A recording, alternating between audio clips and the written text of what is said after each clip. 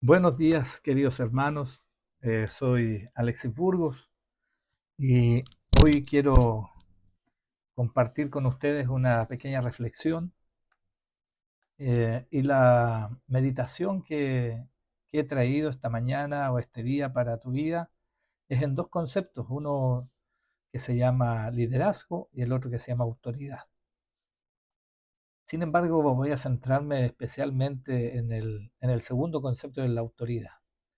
Pero esto está centrado, y quiero colocar esto primeramente sobre nuestra conversación, el concepto de lo que es un problema. Nosotros siempre vamos a estar frente a dos tipos de problemas, los que tienen solución definida y los que no tienen solución definida. Si no, no se llaman problemas, pasan a ser un paradigma.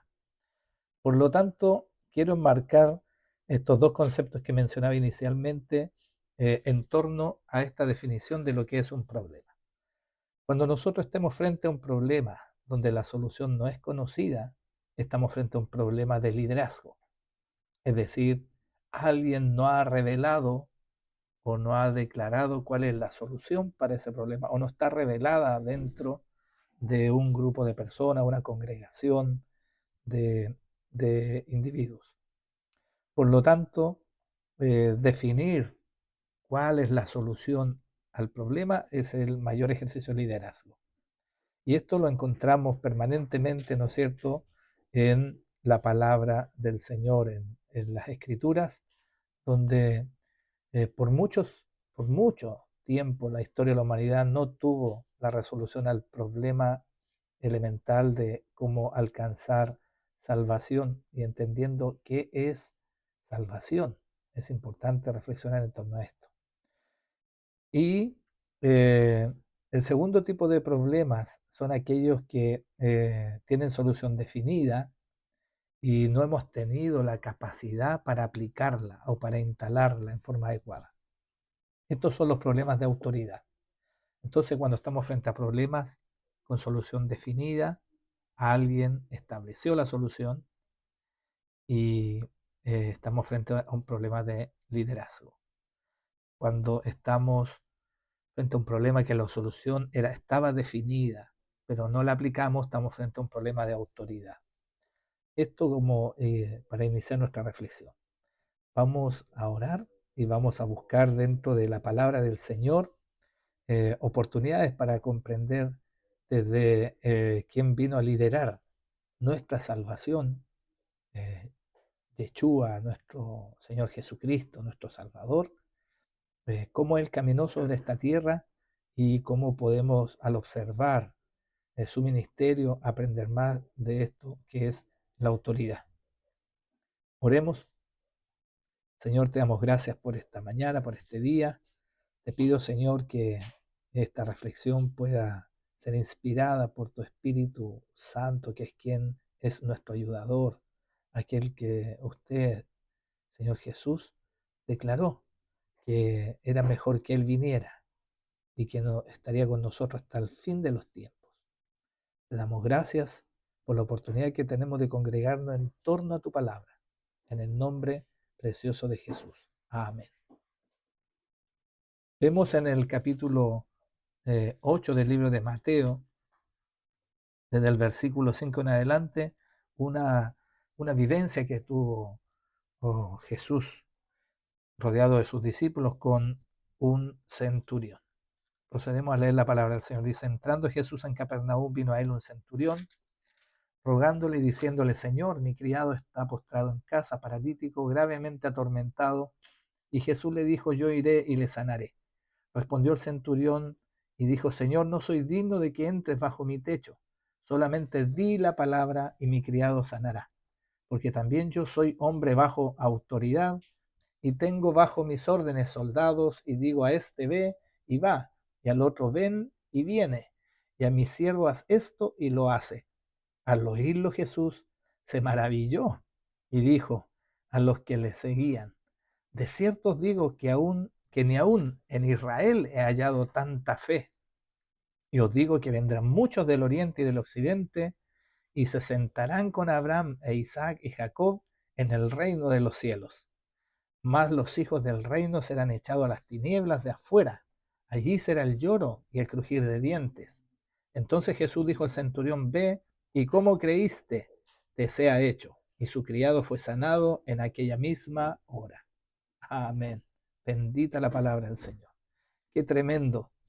Un centurión, un extranjero respecto a lo que era la nación de Israel, la nación santa. Y este extranjero viene donde Jesús, clamando por quién, clamando por un criado. El pueblo de Roma tenía prohibido, evidentemente, tener esclavos romanos. Ellos no podían ser esclavos de su propio pueblo. Por lo tanto, sin duda, ante los ojos del romano, el criado de él era un extranjero. Tuvo que ser un extranjero. Y vemos en esto que claramente Jesús, cuando lo escucha en esta declaración tremenda, él ve un corazón bondadoso, ve el corazón de un hombre que establece lo que Dios exige.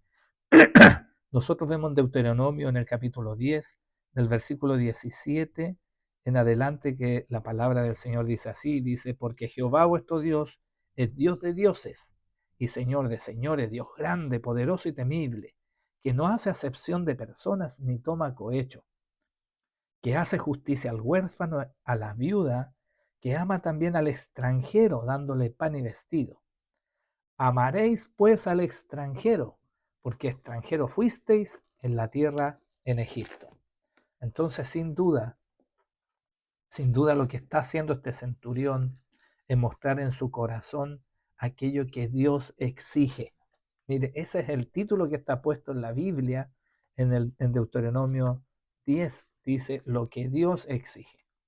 Entonces, sin duda, Jesús inmediatamente, al escuchar el clamor por un paralítico gravemente atormentado, él toma su autoridad y dice: yo iré y le sanaré.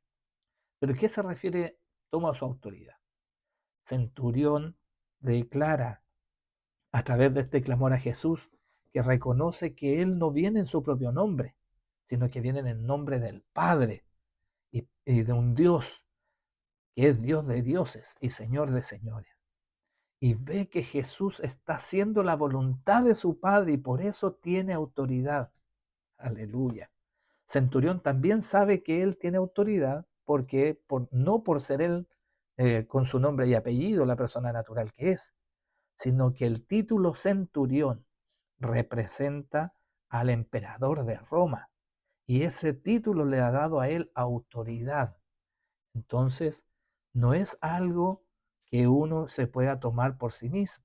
La autoridad es tomada por quien uno representa, a quien uno representa o a quien uno hace verdad. ¿A qué me refiero con esto? Que uno hace verdad, que la practica, ¿no es cierto? La evidencia. Por lo tanto, lo que nosotros hacemos establece la verdad de nuestros hechos. Nosotros podemos ver en Hebreos 5 que dice la palabra del Señor que ni el mismo Jesús se atribuyó la autoridad de sumo sacerdote, sino que le fue dada por el Padre y que nadie se puede atribuir esta autoridad. Por lo tanto, tienes que saber que toda autoridad que está sobre tu vida es dada por Dios. Él nos da la oportunidad de ejercerla cada vez que nosotros estamos dispuestos a practicar aquello que Él exige. Entonces, eh, el centurión en este minuto está declarando, ¿no es cierto?, el reconocimiento en Jesús de la autoridad de Dios y por eso cree, por eso cree. Y esto es fe. Y le dice Jesús, dice que al oírlo Jesús se maravilló y dijo, ¿no es cierto?, en Israel había hallado tanta fe. Nosotros sabemos que la fe es la certeza, ¿no es cierto?, de lo que se espera, en la convicción de lo que no se ve. Y, pero también hace algo muy preciso detrás de esto el centurión con su acto, con su declaración. Porque al impedir de una otra forma con su declaración que Jesús vaya a su casa, también está proclamando que él es conocedor de las escrituras o de los mandamientos que hasta ese minuto para él eran conocidos. y porque él sabía que para él como judío lo inhabilitaba, ¿no es cierto? Ritualmente quedaba impuro si entraba a la casa de pecadores. Pero Jesús vino y se hizo amigo de los pecadores porque él vino a llamar a los pecadores. Es el ministerio superior de lo que establecía la ley en su minuto, sino que era una promesa superior. Por lo tanto, eh, Centurión da evidencia de esto. Así como podemos encontrar que este principio estaba establecido, por ejemplo, en la vida de Pedro. Cuando uno ve en Hechos de los Apóstoles, en el capítulo 10, cuando Pedro tiene esa relación de conocimiento, de conocer a Cornelio, ¿no es cierto? Y es llamado y es manifestado espiritualmente, es quebrado un prejuicio eh, religioso que tenía por la ley judaica o por la ley en realidad rabínica, que no era adherida a la ley del Señor, sino que colocaba mandamientos superiores a lo que Dios había establecido, haciendo imposible que los hombres se acercaran a Él. Dice ahí en el versículo 25 en adelante, cuando Pedro entró, salió Cornelio a recibirle y postrándose a sus pies adoró, mas Pedro le levantó diciendo, levántate, pues yo mismo también soy hombre. Y hablando con él entró y halló a muchos que se habían reunido.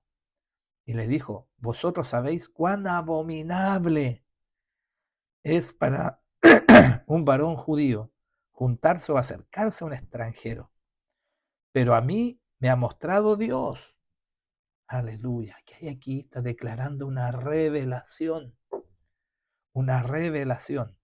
Pero a mí me ha mostrado Dios que a ningún hombre llame común o inmundo. Wow.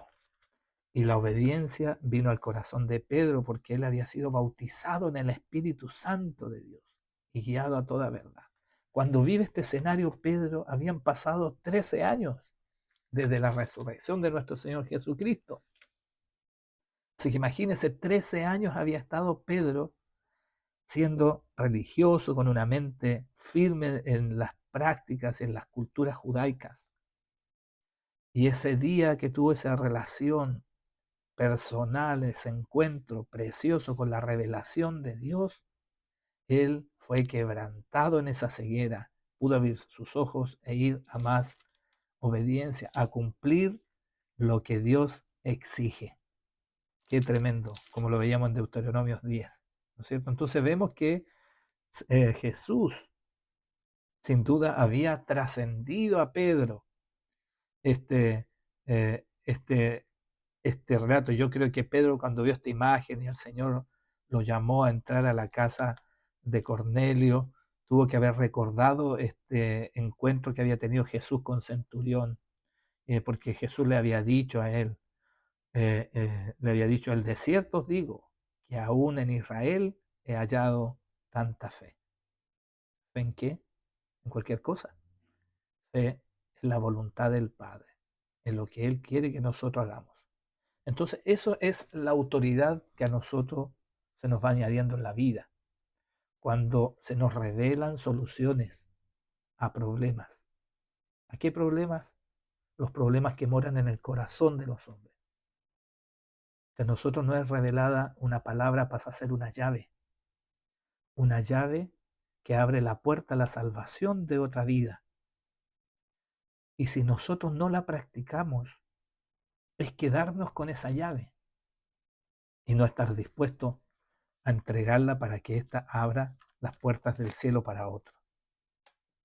Tenemos que entender que la autoridad de Jesús nos demanda solamente oidores y decidores de su palabra, sino que demanda a hombres obedientes que están dispuestos a vivirla.